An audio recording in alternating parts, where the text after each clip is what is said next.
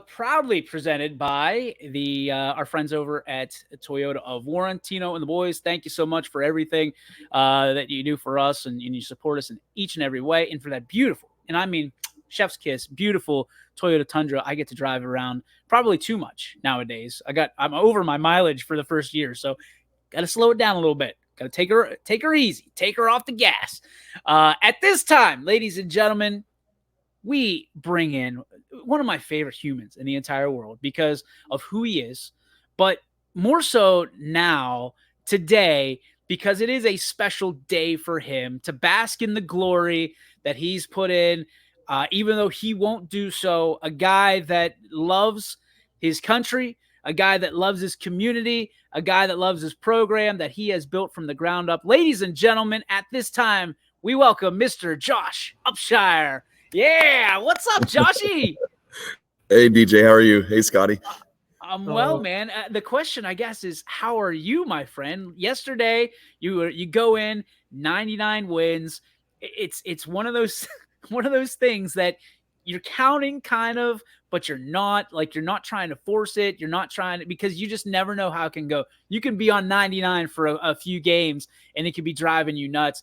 For you to cross that 100-win mark plateau last night, what does it mean to you personally? I know you kind of, reflected on a little bit on social media.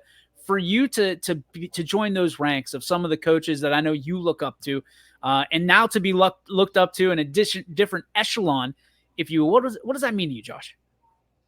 For me, as I said, even in a text with you yesterday, this is more for my alumni that have played for me, my current players, my coaching staff. This is more for them. I'm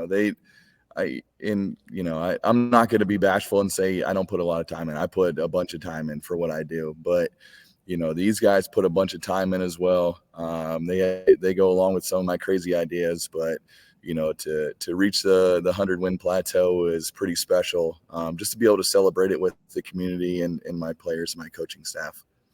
This has been a special year. I think I put it into the article here today on YSN. It's been a record year. You start out, Duncan gets his flowers, so to speak. You fast forward a few weeks, and then all of a sudden you get your flowers. To have these records kind of fall, and it feels like a little bit of a game of dominoes right now. And you want that momentum going into what, crazy enough to me, in a few weeks we're going to be talking about playoffs and the tournament time. Does it feel different in Badger this year than it has in years past, and how is that? It really does. To start with Duncan getting his 1,000-point, the first bucket he scored this year, and then fast forward to a couple of weeks ago, to break the all-time coaching record for most wins here for the boys program. Was pretty special as well. That one I kept under wraps pretty tight, but when you get to 97, pretty much people are going to know when you're getting to 100. But I kept that one under wraps as much as I could. I was stressed out a little bit the day of the game. Actually, one of our starters was out. I remember texting my wife being stressed out about it, and she told me to have confidence and to do it against to break that 97 win mark against a buddy like Josh Scott and Heartland. That was special because Josh is another one who puts a bunch of time in and has built his program up. To be able to do that and then come in and get 100 wins last night and celebrate with the community, and the community is going to be they're always supportive of us, and I can't wait to see what the future has for us. I'm not sure you got to hear my rant for the 15 minutes, but I mean, coaching is different.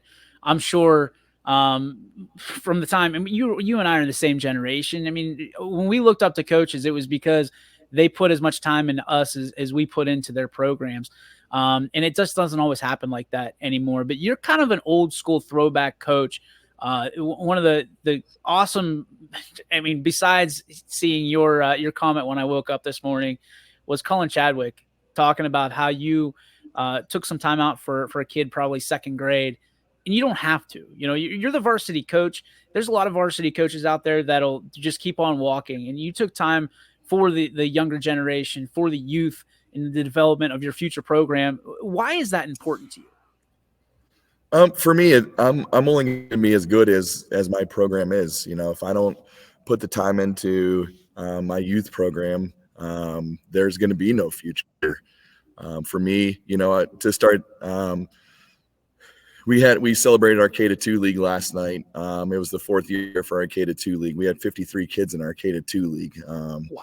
You know, for me to be able to do that, and um, you know, you can't build a program anymore, especially at a small school like us that graduates. I mean, we have classes that are 38 to 40.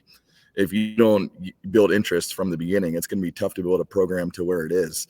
You know, we want to be like the Bristols or the JFKs or any of the other great programs in the area. And the only way we can do it is by building it at an early age. You know, when my son was younger and wanted to play soccer in kindergarten, you know, that's when I started to get the idea like, dang, how do we get kids involved at a younger age for basketball? You know, we have the facilities here. You've seen them, obviously, DJ, to be able to lower our hoops down to allow kids to be successful in the game of basketball. So, you know, I started that program 4 years ago, and it's continued to build. Then we have our youth league. So, you know, and like I said, if I don't take time and show kids that I care, then why would kids want to come out and play for me, you know, when they get older? It's a great point. And another great point is you treat that entire community, not just basketball, but across the board, you treat Badger like it's your family. And I've always been really, really interested and really, really impressed with the way that you do it so delicately because again, you're one of the featured programs out there. You're the basketball coach in a school that doesn't have a football program at this point. So when you look at that, you can just kind of walk on by, keep your whistle in your mouth with a half you know what to eat and smile and keep on walking down, but you don't. I mean, your family is involved in the community, not just you. Your lovely wife, your kids are involved in the community. You're out there doing stuff. You're volunteering. You're creating different opportunities for these kids to be able to give back and to showcase not only their talent for the game that they love or games that they love, but also showcase the talent for who they are. The autism awareness game, and what I think I love that, and I'm so incredibly sad that I missed it this year because last year was so much fun, and I know it was again this year. Mm-hmm. But there's a game coming up, two games actually coming up that you're playing in front of the school during the school day. I love this idea because, I mean, you have to recruit your own hallways. And you talked about the K to 2 league to be able to play and showcase in a game in front of your own school at the kindergarten level, at the middle school level, bring everybody in and watch the Badger Braves go to work. How did that come about? And why is that different? Why is that exciting for you? Actually, that came about. This will be year. This will actually be year 7 for us doing this. It came about as a incentive for kids as positive behavior. You know, we wanted to figure out a way to get kids involved. You know, promoting positive behavior throughout school and giving them that opportunity to come see a basketball game just for being positive and having great behavior throughout the school year. So we started this game 8 years ago against I think we started against Newberry. So but yeah, this is year 8 for us doing it. When we were supposed to do it out last year actually, and the one school day that we had canceled last year was our school day. So we're knocking on wood that that's not going to happen this year. But yeah, if you've never had an opportunity to do it, it is the loudest gym I've ever been in my lifetime, and I've been in some district championship games that have been absolutely packed. I've been in some other places, but to be able to come in here, when we make a bucket, our kids yell and scream. It's awesome. It's one of the coolest games I'll be in this year. Scotty, I've been hogging it. You have any questions for Coach? Yeah, I do. This is kind of like a two-parter. So I just wanted to know if we could rewind back. You hit the 100 win milestone, but if we could rewind back to your first win, and I wanted to know what I know it's hard to pinpoint one, but what are some of the most valuable things you've learned? One from an X's and O's standpoint in coaching the game since your first win now to your 100, and then with something off the floor that you've learned that's really helped you. So interesting fact here. My first win was a buzzer beater. You can't make this stuff up against Matthews.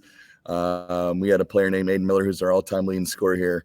Got an offensive rebound, put back at the buzzer. That was my first career win. So it's tough to beat that one. Some other memories. We actually had another buzzer beater later that year at Chalker. Aiden Miller again hit a 3-pointer at the buzzer. So some memorable wins throughout. Things I've learned: patience. I used to be a yeller and screamer and get upset about every call that was made on the court. And I've learned you can't do that stuff anymore. Everybody's going to make bad calls. Even me as a coach makes a bad call. And I've realized, I don't have refs yelling at me about a bad call or a bad play that I called or anything like that. Why do I need to yell at them for a bad call they may have made? So I've learned patience on the court. At Girard the other day, I was calm, cool, and collected. We didn't start off the best. And I remember getting about 5 or 6 text messages afterwards, like, how are you so calm throughout that game? But, as with age and I knew the type of players I have, and I didn't need to yell or scream or anything like that. So patience on the court, being able to love my community, love my family. As I've said, if you follow me on social media, I'm very vocal and appreciative of what my family and my community do for me. Because without them, I wouldn't be able to do some of the things I do. A coach is only as strong as his wife. So, my wife takes care of a lot for me, to allow me to do what I do. There are days where I text her, I call her and say, hey, I have this going on. I won't be home until a little bit later. And, she's understanding and appreciative of it. And I don't want to say appreciative, but she's understanding of it and goes with the flow. But, those are the things I've learned off the court. All right, so let's piggyback on that great question by Scotty. When you were a baby and you got that first buzzer beater victory, and going into last night, how has the coach changed? I mean, obviously, other than your patience, how have you changed your coaching philosophies and kind of how you implement yourself as a mentor, a role model, and things of that nature for these young men? Being able to explain a little bit more, for me to be able to explain kids on their roles, in being a teacher as well, you need to be able to explain kids on why they're doing the things that they're doing. You can't just have a kid who has been doing something in a certain way and then take them out of that situation into a different situation, expect them to know why. I think I've done a better job of communicating to them on a situation that I may have changed for them, a role I may have changed for them, and being able to tell them why I've changed that role for them. So, from that beginning till now, because back then, as a younger coach and coming in under some really good coaches that I've learned under, just expecting kids to understand that stuff. But now I think that, you got to explain to kids why you're doing what you're doing. And I feel like I'm doing a better job of that, and why we're having so much success this year, because kids are playing their roles a lot better. All right, so I'm going to put you on the spot here. I'm not going to ask you your 5 favorite coaches or anything like that, but I'm going to ask you your 3 biggest influencers in your life, whether that's on the floor, off the floor, you're just leaders or mentors or people like that have influenced your life to make you who you are today and kind of shaped you into becoming this guy that seemingly everybody appreciates it, no matter what you do in life, whether it's basketball or otherwise. Josh, everybody loves you and they appreciate what you bring to the table. Who were those 3 influencers that made you who you are today?